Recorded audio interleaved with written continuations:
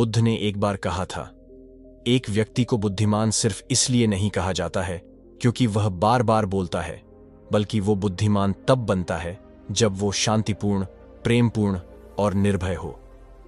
बुद्धि आपको पाठशाला में नहीं मिलती, बल्कि वहां ज्ञान मिलता है, लेकिन उस ज्ञान को व्यवहारिकता में लाना ही बुद्धि कहलाती है। जो व्यक्ति जीवन के कठिन से कठिन स्थितियों का सरलता से उपाय निकाल लेता है, उसे ही बुद्धिमान कहा जाता है।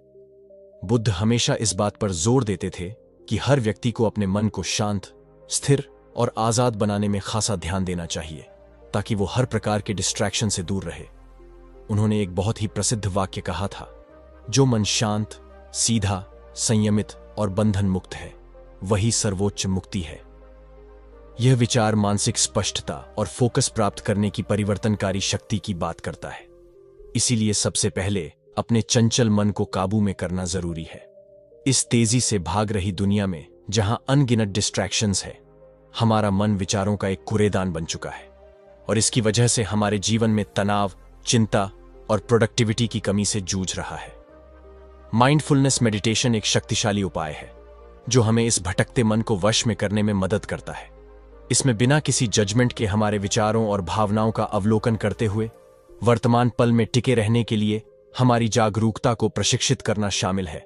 नियमित अभ्यास के माध्यम से हम आंतरिक शांति और स्थिरता की भावना पैदा करना सीखते हैं, जिससे हमें जीवन की चुनौतियों को अधिक स्पष्टता और अंतर्दृष्टि के साथ नेविगेट करने की अनुमति मिलती है। माइंडफुलनेस मेडिटेशन का अभ्यास करने से हम अपने ध्यान को डिस्ट्रैक्शन से हटाकर वास्तव में जो मायने रखता है उसकी ओर रीडायरेक्ट करने की क्षमता विकसित करते हैं। ये बढ़ा हुआ फोकस न केवल हमारी प्रोडक्टिविटी और एफिशिएंसी में सुधार करता है, बल्कि हमारे और हमारे आसपास की दुनिया के बारे में हमारी समझ को भी गहरा करता है। भटकते मन को वश में करना हमारी मानसिक प्रक्रियाओं पर नियंत्रण पुनः प्राप्त करने, खुद को एंडलेस डिस्ट्रैक्शन से मुक्त करने और एक स्पष्ट और केंद्रित दिमाग की असीमित क्षमता को अनलॉक करने के बारे में है। हमारा मन कितना अजीब है।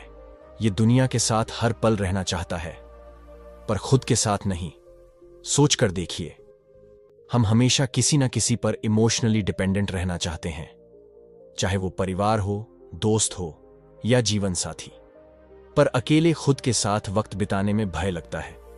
हम अपने खुद के सतह ज्यादा देर अकेले रह ही नहीं पाते, जबकि जीवन के आखिरी पल तक हमें खुद के ही दिमाग के साथ हर एक पल गुजारना है। दूसरी बात है कि विभिन्न विचारधारा को समझने के लिए दिमाग को खुला रखें। व्यक्तिगत विकास और समझ के लिए विभिन्न दृष्टिकोणों के प्रति खुला रहना जरूरी है। अपने आप को तूफान के बीच एक मजबूत चट्टान के रूप में कल्पना करें।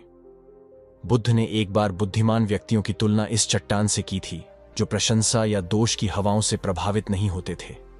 संक्षेप में, यह शिक्षा हमें एक ऐसी मानसिकता विकसित करने के लिए प्रेरित करती है जो स्थिर और खुले दिल वाली बनी रहे, भले ही दूसरों की हमारे बारे में या हमारे आसपास की दुनिया के बारे में कोई भी राय हो। अपने आप को उस चट्टान की तरह कल्पना करें, जबकि आपके चारों ओर विभिन्न दृष्टिकोणों और अनुभवों की हवाएं चल रही हैं। इस परिप्रेक्ष्य को अपनाने से हम दूसरों को गहराई से सुनना सीख सकते हैं, जिससे उनके विविध दृष्टिकोण हमारी अपनी समझ को समृद्ध कर सकते हैं। बाहरी निर्णयों से प्रभावित होने या अपने स्वयं के विश्वासों से कठोरता से चिपके रहने के बजाय हम खुद को नए विचारों और अंतर्दृष्टि के लिए खोल सकते हैं, जिससे दुनिया की जटिलता के लिए अधिक गहन सराहना को बढ़ावा मिल सकता है। विभिन्न दृष्टिकोणों के प्रति खुले रहने का मतलब अपनी मान्यताओं या दृढ़ विश्वासों को त्यागना नहीं है, बल्कि यह हमें जिज्ञासा और विनम्रता के साथ बातचीत करने के लिए आमंत्रित करता है। यह पहचानते हुए कि हम जिस भी व्यक्ति से मिलते हैं, उसके पास पेश करने के लिए अपने स्वयं के अनूठे अनुभव और अंतर्दृष्टि हैं। खुले दिमाग और ग्रहणशील रहकर हम दुनिया और उसके भीतर अपने स्थान की व्यापक, अधिक समावेशी समझ विकसित कर सकते हैं। तीसरा है कि संशयवादी लेकिन खुले विचारों वाले बने। संशयवाद और खुले दिमाग पर बुद्ध का मार्गदर्शन हमें ग्रहणशीलता के साथ विवेक को संतुलित करते हुए मध्य मार्ग पर चलने के लिए आमंत्रित करता है। उन्होंने बुद्धिमानी से सलाह दी, किसी भी चीज पर केवल इसीलिए विश्वास न करें क्योंकि आपने उसे सुना है। यहां वह हमें प्रोत्साहित करते हैं कि हम विचारों को आंख मूंद कर या केवल इसलिए स्वीकार न करें क्योंकि वे लोकप्रिय हैं या व्यापक रूप से प्रसारित हैं। इसके बजाय वह हमसे आलोचनात्मक सोच और स्वतंत्र विश्लेषण में संलग्न होने का आग्रह करते हैं। विचारों के बाजार में भ्रमण करते हुए एक जिज्ञासु खोजकर्ता के रूप में स्वयं की कल्पना करें। जिस प्रकार आप प्रत्येक चमकदार वस्तु को बिना जांचे नहीं खरीदेंगे, उसी प्रकार आपको प्रत्येक धारणा को भी बिना जांचे स्वीकार नहीं करना चाहिए। बुद्ध का सुझाव है कि हम अवधारणाओं को तर्क और अनुभव के प्रकाश में रखें, जैसे खरीदारी करने से पहले माल का सावधानीपूर्वक निरीक्षण करना। बुद्ध का ज्ञान केवल संशयवाद के साथ समाप्त नहीं होता है। वह आगे कहते हैं, लेकिन अवलोकन और विश्लेषण के बाद जब आप पाते हैं कि कोई भी चीज तर्क से सहमत है और सभी की भलाई और लाभ के लिए अनुकूल है, तो इसे स्वीकार करें और उस पर कायम रहें। यहां वह किसी विचार की जांच करने के बाद खुले दिमाग वाले बने रहने के महत्व पर प्रकाश डालते हैं। कल्पना कीजिए कि आप एक माली हैं और एक भूखंड पर खेती कर रहे हैं। आप झूठ और पूर्वाग्रह के खरपतवार हटाकर मिट्टी जोतते हैं, लेकिन आप संभावना के बीज भी बोते हैं। बुद्ध सुझाव देते हैं कि हमारी सावधानीपूर्वक जांच के बाद यदि कोई विचार तर्क के साथ संरेखित होता है और कल्याण को बढ़ावा देता है, तो हमें इसे पूरे दिल से अपनाना चाहिए। यह अंध स्वीकृति नहीं है, बल्कि सत्य और करुणा के फल देने वाले विचारों को पोषित करने की इच्छा है। बुद्ध का ज्ञान केवल संशयवाद के साथ समाप्त नहीं होता है। वह आगे कहते हैं, लेकिन अवलोकन और विश्लेषण के बाद जब आप पाते हैं कि कोई भी चीज तर्क से सहमत है और सभी की भलाई और लाभ के लिए अनुकूल है, तो इसे स्वीकार करें और उस पर कायम रहें। यहां वह किसी विचार की जांच करने के बाद खुले दिमाग वाले बने रहने के महत्व पर प्रकाश देते हैं। कल्पना कीजिए कि आप एक माली हैं और एक भूखंड पर खेती कर रहे हैं। आप झूठ और पूर्वाग्रह के खरपतवार हटाकर मिट्टी जोतते हैं, लेकिन आप संभावना के बीज भी बोते हैं। बुद्ध सुझाव देते हैं कि हमारी सावधानीपूर्वक जांच के बाद यदि कोई विचार तर्क के साथ संरेखित होता है और कल्याण को बढ़ावा देता है, तो हमें इसे पूरे दिल से अपनाना चाहिए। यह अंध स्वीकृति नहीं है, बल्कि सत्य और करुणा के फल देने वाले विचारों को पोषित करने की इच्छा है। संशयवादी होते हुए भी खुले विचारों वाले होने में आलोचनात्मक सोच को बौद्धिक विनम्रता के साथ संतुलित करना, जांच से बचे विचारों को अपनाना और संदेह और जिज्ञासा के बीच ज्ञान को पहचानना शामिल है। चौथा है कि धारणाओं और पूर्वाग्रहों को चुनौती दें। अपनी बुद्धिमत्ता के विस्तार की यात्रा में अपनी धारणाओं और पूर्वाग्रहों का सामना करना महत्वपूर्ण है। बुद्ध ने एक बार बुद्धिमानी से कहा था, आकाश में पूर्व और पश्चिम का कोई भेद नहीं है। लोग अपने मन से भेद पैदा करते हैं और फिर उन्हें सच मानते हैं। यह गहन अंतर्दृष्टि हमें याद दिलाती है कि दुनिया में हम जिन कई विभाजनों का अनुभव करते हैं, वे हमारे अपने दिमाग की उपज हैं, अंतर्निहित सत्य नहीं। अपने पूर्वाग्रहों, अचेतन प्राथमिकताओं, रूढ़िबद्ध धारणाओं और पूर्वकल्पित धारणाओं को, जो हमारे विचारों और कार्यों को आकार देते हैं, पहचान कर हम स्पष्ट, अधिक प्रबुद्ध सोच की दिशा में आगे बढ़ सकते हैं। कल्पना कीजिए कि आप रंगीन चश्मा लगाकर किसी जंगल में घूम रहे हैं। आप जो कुछ भी देखते हैं, वह आपके द्वारा पहने गए लेंस के रंग से रंगा होता है। इसी तरह हमारे पूर्वाग्रह वास्तविकता की हमारी धारणा को प्रभावित करते हैं, जिससे हम जानकारी की व्याख्या करने और दूसरों के साथ बातचीत करने के तरीके को प्रभावित करते हैं। इन पूर्वाग्रहों को स्वीकार करने और उन पर सवाल उठाने से हम काले चश्मे को हटाना शुरू करते हैं, जिससे हम दुनिया को और अधिक सटीकता से देख पाते हैं। इस प्रक्रिया के लिए विनम्रता और आत्मचिंतन की आवश्यकता होती है। यह स्वीकार करना आसान नहीं है कि हमारी धारणाएं त्रुटिपूर्ण या अधूरी हो सकती हैं। हालांकि यह हमारी धारणाओं की इस साहसी परीक्षा के माध्यम से है कि हम उन सीमाओं से मुक्त हो सकते हैं जो वे हम पर थोपते हैं। ऐसा करने पर हम खुद को नए दृष्टिकोण, गहरी समझ और अंततः अधिक ज्ञान के लिए खोलते हैं। तो आइए हम अपने आप को चुनौती दें कि हम अपनी मान्यताओं और निर्णयों पर सवाल उठाएं, वैकल्पिक दृष्टिकोण तलाशें और दुनिया को जिज्ञासा और खुलेपन के साथ देखें। ऐसा करके हम न केवल अपनी बुद्धि का विस्तार करते हैं, बल्कि एक अधिक समावेशी और सामंजस्यपूर्ण समाज में भी योगदान देते हैं। पांचवा है, आजीवन शिक्षार्थी बने। आजीवन शिक्षार्थी बने रहने का अर्थ यह समझना है कि हमारी वृद्धि और विकास की यात्रा औपचारिक शिक्षा या एक निश्चित आयु तक पहुंचने के साथ समाप्त नहीं होती है। यह जीवन भर हमारे ज्ञान, कौशल और समझ को लगातार विस्तारित करने की प्रतिबद्धता है। उदाहरण, शरीर को अच्छे स्वास्थ्य में रखना एक कर्तव्य है, अन्यथा हम अपने दिमाग को मजबूत और स्पष्ट नहीं रख पाएंगे। शारीरिक और मानसिक कल्याण के अंतर संबंध को रेखांकित करता है।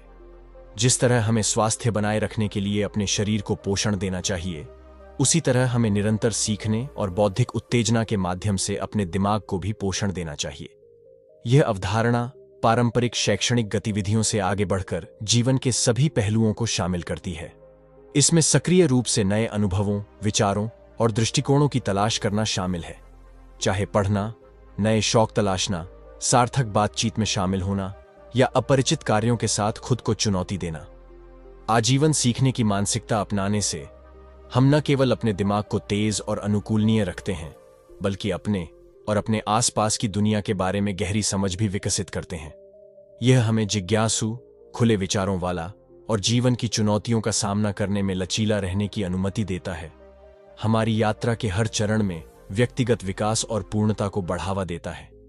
छठा है, स्वस्थ संशयवाद को अपनाएं। स्वस्थ संशयवाद को अपनाने में सूचना, विश्वास और विचारों के प्रति एक विचारशील और आलोचनात्मक दृष्टिकोण की विशेषता वाली मानसिकता विकसित करना शामिल है। यह एक सहवर्ती संदेह के समान है, किसी धारणा को सत्य मानने से पहले सवाल करने, जांच करने और सबूत मांगने की इच्छा। बुद्ध का कालातीत ज्ञान इस कहावत में समाहित है, जो मूर्ख जानता है कि वह मूर्ख है, वह उतना ही अधिक बुद्धिमान है। जो मूर्ख सोचता है कि वह बुद्धिमान है, वह वास्तव में मूर्ख है। ज्ञान की खोज में विनम्रता के गहरे मूल्य को रेखांकित करता है। यह विनम्रता हमें अपनी समझ की सीमाओं को स्वीकार करने के लिए प्रेरित करती है। यह स्वीकार करते हुए कि अस्तित्व की विशाल जटिलताओं के बारे में हमारी समझ स्वाभाविक रूप से अधूरी है।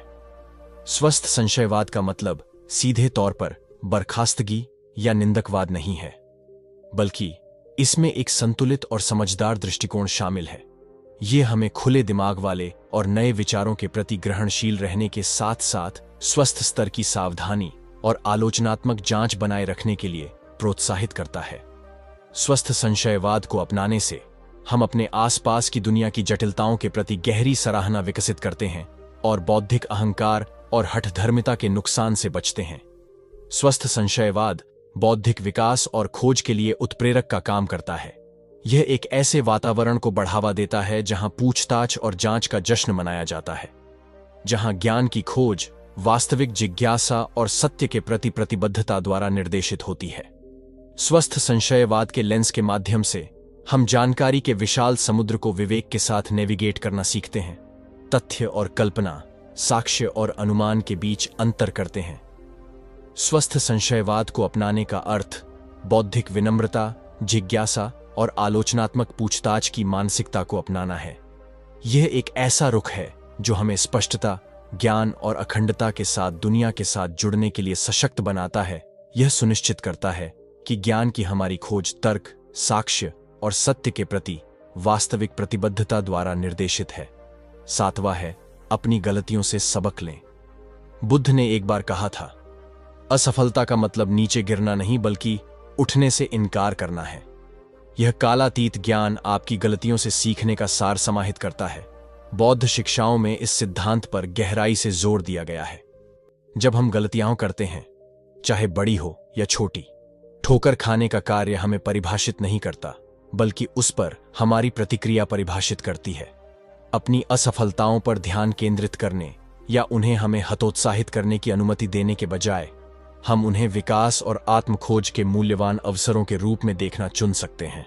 अपनी गलतियों से सीखने में आत्मनिरीक्षण और चिंतन की प्रक्रिया शामिल होती है। यह इस बात की जांच करने के बारे में है कि क्या गलत हुआ, हमारे कार्यों के पीछे अंतर्निहित कारणों या प्रेरणाओं को समझना और यह समझना कि हम भविष्य में कैसे बेहतर कर सकते हैं।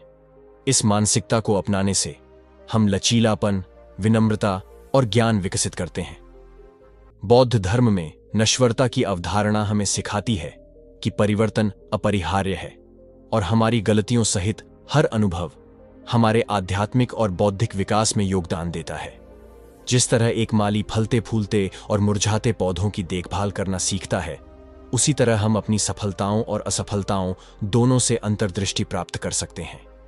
प्रत्येक गलत कदम हमारे कौशल को निखारने, हमारी समझ को गहरा करने और आगे बढ़ने के हमारे मार्ग को परिष्कृत करने का अवसर प्रदान करता है।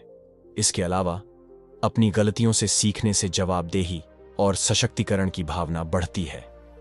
आत्मदोष या नाराजगी के आगे झुकने के बजाय हम अपने कार्यों का स्वामित्व लेते हैं और निरंतर सुधार के लिए प्रतिबद्ध होते हैं। यह सक्रिय दृष्टिकोण न केवल हमारे व्यक्तिगत विकास को बढ़ाता है, बल्कि दूसरों को भी अपनी चुनौतियों के प्रति समान रवैया अपनाने के लिए प्रेरित करता है। तो आइए याद रखें कि असफलता कोई अंतिम बिंदु नहीं है, बल्कि अधिक ज्ञान और विकास की ओर एक कदम है। मूल्यवान शिक्षकों के रूप में अपनी गलतियों को स्वीकार करके हम आत्म खोज और ज्ञानोदय की अपनी यात्रा में असफलताओं को सीढ़ी में बदल देते हैं।